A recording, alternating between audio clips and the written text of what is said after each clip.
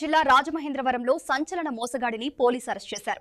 Telugu matrimony, షాదీ.కామ్ల ద్వారా ఒంటరి మహిళలను టార్గెట్ చేసి కోట్ల విలువైన బంగారు నగలను దోచుకుంటున్న మోస్ట్ వాంటెడ్ ఘరానా మోసగాడిని రాజమహేంద్రవరం 3 టౌన్ పోలీసులు పట్టుకున్నారు. పుష్కర ఘాట్, కోటిలింగాల ఘాట్లను వేదికగా చేసుకుని మహిళలను పెళ్లి పేరుతో మోసం చేస్తున్న నిందితుడిపై 5 చీటింగ్ కేసులు నమోదయ్యాయి. ఎస్పీ డి నరసింహకిషోర్ ఆదేశాలతో డీఎస్పీ వై శ్రీకాంత్ పర్యవేక్షణలో ప్రత్యేక బృందాలు ఈ కేసులను ఛేదించాయి. చల్లా నారాయణ అలియాస్ కృష్ణనారాయణగా గుర్తించిన నిందుడు మ్యాట్రిమోనీ సైట్లలో నకిలీ ప్రొఫైల్ సృష్టించి మహిళలను నమ్మించాడు. జాతక దోషం పేరిట గోదావరి స్నానాలు, పూజల నెపంతో బంగారు ఆభరణాలు అపహరించినట్లు పోలీసు వెల్లడించారు. నిందుడు నుంచి 75 లక్షల విలువైన బంగారు నగలు, 2 కార్లు, 2 సెల్ ఫోన్లు స్వాధీనం చేసుకున్నారు. గతంలో పలు రాష్ట్రాల్లో 8 కేసులున్న ఈ మోసగాడిని పట్టుకున్న పోలీసు బృందాన్ని జిల్లా ఎస్పీ ప్రత్యేకంగా అభినందించారు.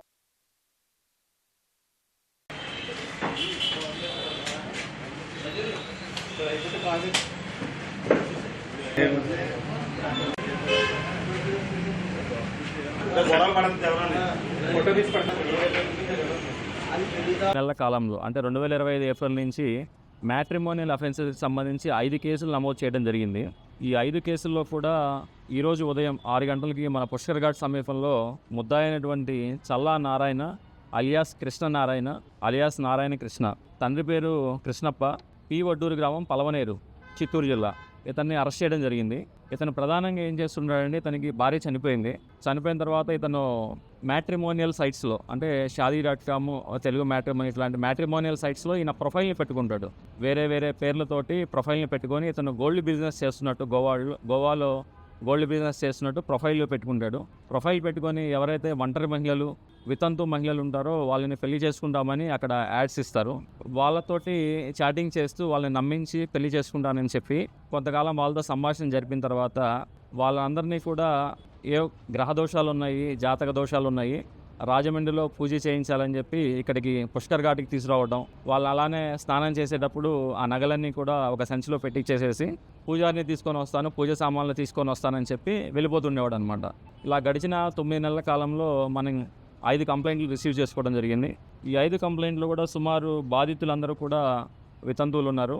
వారు 340 గ్రాములు బంగారాన్ని కోల్పోయారు.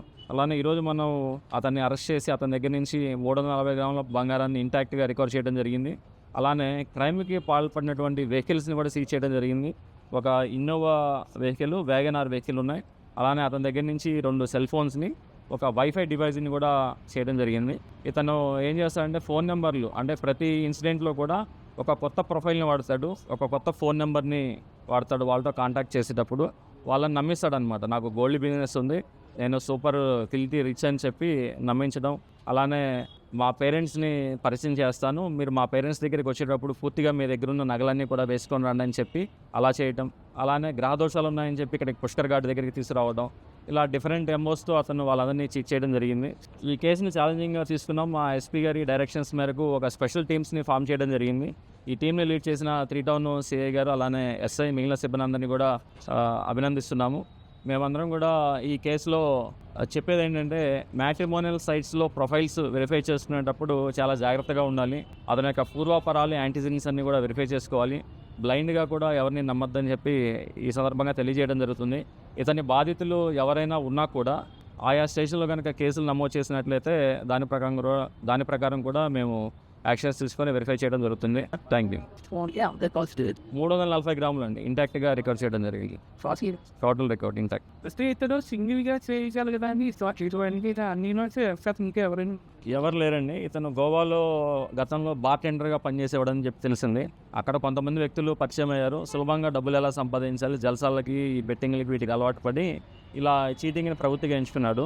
ఇతని మీద వెరిఫై చేసినట్లయితే గతంలో కూడా ఇతని మీద పలు స్టేషన్లో 8 రకాల కేసులు ఉన్నాయి. చిత్తూరు, గంగవరం, చిత్తూరు జిల్లా, అలిపిరి, చిత్తూరు జిల్లా, విశాఖపట్నం, నెల్లూరు, పలమనేరు, చిక్బల్లాపూర్, కర్ణాటక చీటింగ్ కేసెస్ ఉన్నాయి. అలానే ఒక 302, 304 మర్డర్ కేసు ఒకటి ఉంది. అంటే వైఫ్ చనిపోయింది, వాళ్ళు కేసు పెట్టడం జరిగింది. ఆ కేసు ఒకటి ట్రయల్లో ఉంది. పోక్సో కేసు ఒకటి ఉంది. చీటింగ్ కేసెస్ 5 ఉన్నాయి.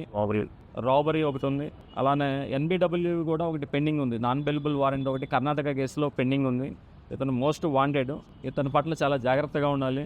ప్రొఫైల్స్ ఎవరైతే మ్యారేజ్కి సంబంధించిన ప్రొఫైల్స్ మ్యాట్రిమోనీలో పెట్టుకుంటారో వాళ్ళందరూ అప్రమత్తంగా ఉండాలి. గ్రీడీనెస్ అనేది మెయిన్ దీంట్లో ఇంపార్టెంట్. ఇదేంటంటే ఇతను రోల్ గోల్డ్ 1 గ్రామ్ గోల్డ్ అన్నీ వేసుకొని సూపర్ రిచ్గా ప్రొజెక్ట్ చేసుకుంటాడనమాట.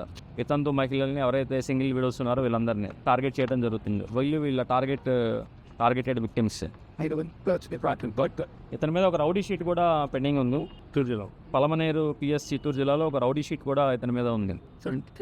సో ఈ కేసులో అత్యంత ప్రతిభా పాఠవాళ్ళు ప్రదర్శించిన మా టీం అందరినీ కూడా ప్రత్యేకంగా అభినందిస్తున్నాం. Thank you.